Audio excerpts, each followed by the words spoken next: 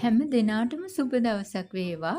ඔන්න ඉතින් අද බෝනස් වීඩියෝ එකකුත් එක්ක රසවත් කෑමක් හදමුකෝ. ඉතින් මේ සඳහා තම්බාගත් බතල ග්‍රෑම් 200ක් ඕන වෙනවා.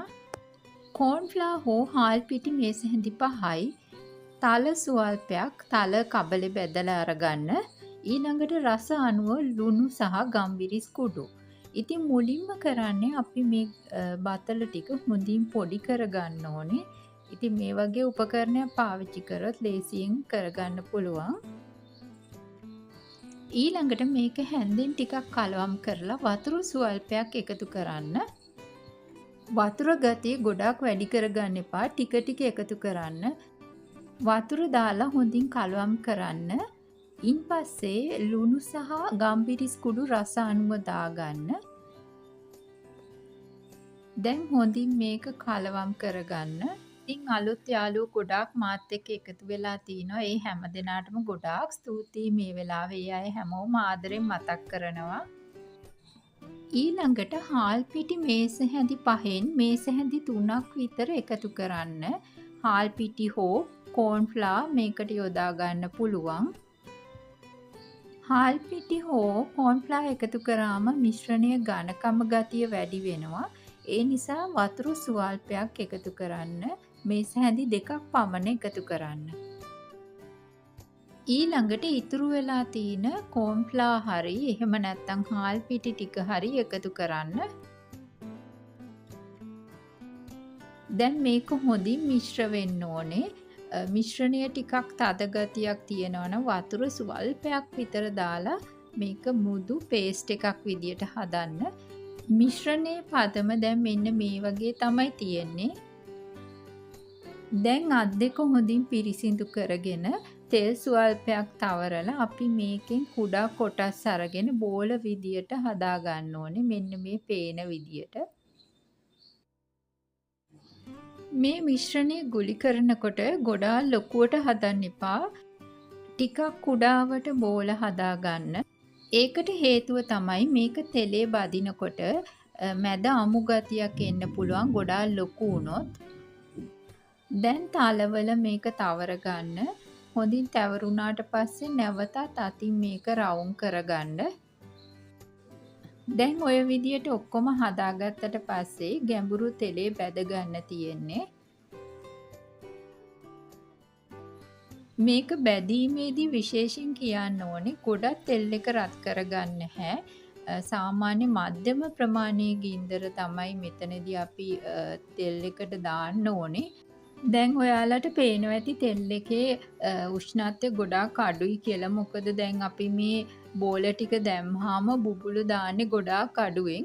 අන්න ඒ ගානට තෙල් එක රත් කරගන්න.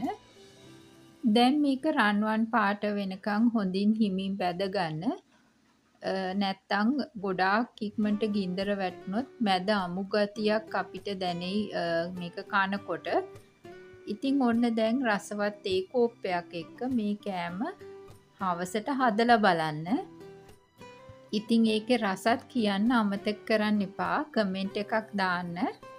ඔන්න ඉතින් දැන් ඊළඟට මගේ බෝනස් වීඩියෝ එක ඔයගලන්ට දෙන. මේ බලන්න මම මේ ගොඩාක් පරණ තුවායක් මේක ඇත්තටම හොඳට සෝදලා පිරිසිදු කරගෙන ඒකෙන් කොටසක් කපලා අරගෙන මම කිචන් ටී ටවල් එකක් තමයි හදන්නේ. ගන්න රෙදිවල දිග පළල මම වීඩියෝ එකේ සටහන් කරලා තියෙනවා. ඒ පළලටයි දිගටයි ඔයගොල්ලෝ තුවාය කපා ගන්න. ඊළඟට මේ මහත බෝඩ එක මම ගත්තේ මගේ කලින් අර ටේබල් ප්ලේස්මන්ට් එක හදපු ඒ රෙදි පාටමයි. මොකද එකම පාටින් කිචන් එකේ දේවල් තියෙන එක ලස්සනට ගැලපෙනවා. ඉතින් මේ වගේ පටියක් කපා ගන්න ඕනේ අඟල් 3ක්. ඉතින් ඒක අර කිචන් ටවල් එක උඩට තියලා මෙන්න මේ වගේ පින්ස් ගහ ගන්නවා. ඒ කියන්නේ අපි බෝඩ එකක් අල්ල ගන්න ඕනේ. දැන් ඒක අනිත් පැත්තට තියලා මෙන්න මෙහෙම නමලා හොඳින් මේක පින්ස් ගහලා අපි මේ දෙපැත්ත මහ ගන්න ඕනේ. මං කියන්නේ මේක ඕගලන්ට පැහැදිලි ඇති. මොකද මේක සාමාන්‍ය දෙයක්. අපි අර වාටියක් අල්ලනවා වගේ දෙයක් නේ මැෂින් එකේ. ඒකේ පළල පැත්තට තමයි අපි මේ මහත බෝඩ් එක අල්ලන්නේ. මං හිතන්නේ ඔයගලන්ට ඒක පැහැදිලිනේ මේ රූප සටහන් ටික දැක්කහම. දැන් මේක මහගන්න. ඒ තියෙන වැඩිපුර කොටස් ටික මේ විදියට කපලා ඉවත් කරගන්න. ඉන්පස්සේ අපි අඟල් 2ක තියෙන පටි දෙකක් දෙපැත්තට අල්ලන්න ඕනේ. දැන් මම මේ මහපු කොටස අනිත් පැත්ත හැරෙව්වා. දැන් මේ පටි කොටස අල්ලන්න තමයි ලෑස්ති වෙන්නේ. දැන් ඔයගලන්ට තේරෙනවා ඇති මේම පින්ස් ගහලා රඳවන්නේ ඔයගලන්ට මේක පෙන්වන්න. මොකද මට මැෂින් එක තියෙන තැනට කැමරාව හරස් කරන්න අමාරුයි. නැත්තම් ඔයාලට මේක මහන විදියත් මට පෙන්වන්න තිබුණා. ඉතින් මේ විදියට ඔයගලන්ට මැහුවාම දැන් මෙන්න මේ වගේ තමයි පේන්නේ. දැන් ওই විදියට තුන් පැත්තම අල්ලගනි. ඊට පස්සේ උඩ කොටසත් අර වගේ අපි වාටියක් විදියට මහා ගන්න ඕනේ. එතනට බෝඩ් එක ඇල්ලුවේ නැහැ. කැමති නම් එතනටත් ඕගොල්ලෝ බෝඩ් එකක් අල්ලගන්න. ඉතින් ඔන්න ඔය විදියට තමයි නිමා කරාම තියෙන්නේ. මේ මගේ කර්ටන් මැටීරියල් එකමයි මේකට පාවිච්චි කරේ. ඉතින් අදට ගිහින් එන්නම්. සුබ දවසක්.